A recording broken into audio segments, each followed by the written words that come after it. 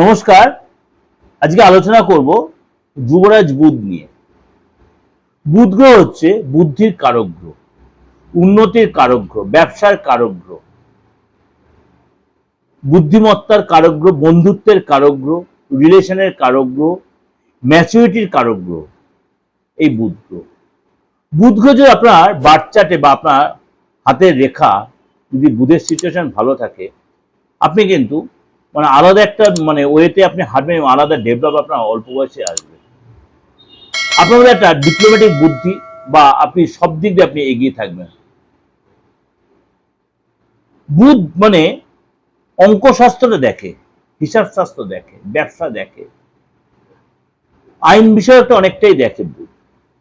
এই বুধ এই মুহূর্তে বসে আছে মেষ রাশিতে। এই বুধ এই মুহূর্তে বসে আছে মেষ রাশিতে। বুধ গমন করবে বৃষ রাশিতে। কবে গমন করবে? 15ই মে।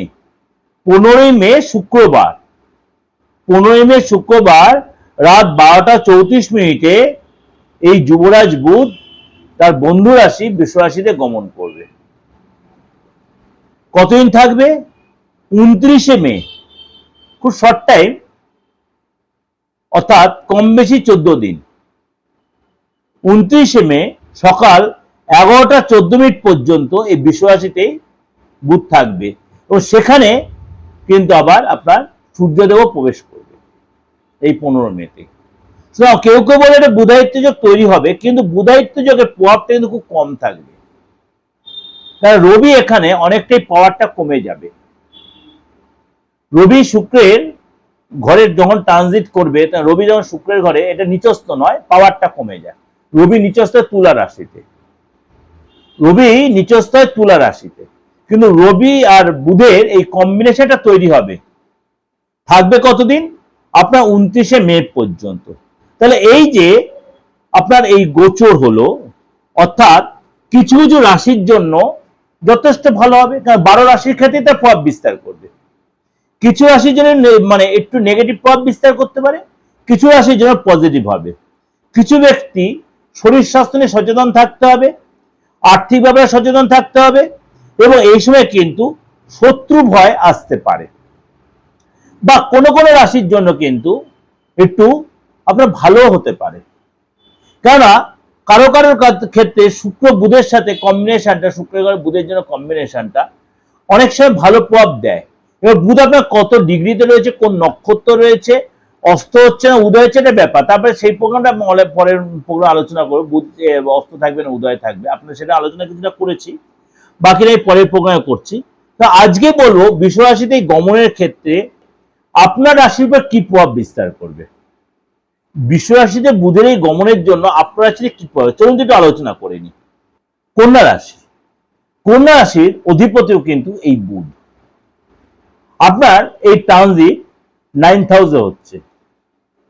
9th হাউসটা আমরা লাভের ঘর ধরি, সুতরাং আপনার জন্য কিন্তু এই ট্রানজিট, আপনি যদি ব্যবসায়ী হন, আপনি যদি কোনো মার্কেটিং লাইনে থেকে থাকেন, আপনি কেনা বেচার ব্যবসায় থাকেন, আপনি পাবলিক জিনিস কোনো কাজের সাথে জড়িত থাকেন, আপনি যদি কোনো শেয়ার ট্রেডিং ব্যবসায় জড়িত থাকেন, আপনি সোনা রূপা ব্যবসার সাথে জড়িত থাকেন, আপনি জুয়েলারি ব্যবসায় জড়িত থাকেন, আপনি এই ধরনের কোনো পাবলিক রেটের কোনো কাজের সাথে জড়িত, আপনি কিন্তু অবশ্যই লাভবান হবেন। অবশ্যই লাভবান। আপনি যদি লয়ার হন, আপনি জ্যোতিষী হন, আপনি অঙ্কশাস্ত্র কোনো কাজের সাথে জড়িত আছেন, এই ধরনের প্রফেশনে আছে, আপনি টিউশন করেন, আপনি কথা বেচে খান যাকে বলে, আপনি ইন্স্যুরেন্স করেন, কোন মানি মার্কেটিং এ আছেন, আপনি কিন্তু যথেষ্ট লাভবান হবেন। এই সময় যথেষ্ট লাভবান হবেন। আপনি এই সময় যদি কোনো দীর্ঘদিন ধরে কোনো চাপে ছিলেন, এই সময় উপযোগে কেউ আপনার হেল্প করবে। কোনো হঠাৎ কোনো বন্ধু হতে পারে, সে পুরুষ হন বা মহিলা হন, আপনার জীবনে ভালো কোনো বন্ধু আসবে। সেই বন্ধুর সাপোর্ট কিন্তু আপনি পাবেন, বন্ধুর গাইড আপনি পাবেন, বন্ধুর হেল্প পাবেন। এই সময় কিন্তু আপনার কোথাও অর্থজারে কোনো ডিস্টার্ব চলছিল, সেটা আপনি গার্ড পাবেন। নতুন কোনো ব্যবসা এখানে শুরু করতেই পারেন এই শর্ট টাইমের মধ্যে। আপনি নতুন কোনো ব্যবসা শুরু, অবশ্যই আমি যে ব্যবসাগুলোর কথা বললাম, যেই ধরনের ব্যবসা, সেই ধরনের ব্যবসা থাকলে কিন্তু আপনি যথেষ্ট ডেভেলপ করবেন। আপনি মনে করুন কোনো ইলেকট্রনিক্স মিডিয়াতে আছেন, আপনি নিউজ পেপার রিলেটেড কোনো কাজের সাথে জড়িত আছেন, সেখানে আপনি ডেভেলপ করবেন। আপনি মিডিয়া লাইনে আছেন, আপনি ডেভেলপ করবেন। অর্থাৎ বুধের এই ট্রানজিট কন্যা রাশি লোকেদের জন্য যথেষ্ট ফলপ্রদ হবে। আপনার বাড়িতে বোন বা পিসি বা এরা যারা আছে আপনার সাথে সম্পর্ক ভালো হবে। যদি আপনার বাচ্চার বুধের সিচুয়েশন ভালো থাকে তাহলে তো অবশ্যই ভালো হবে।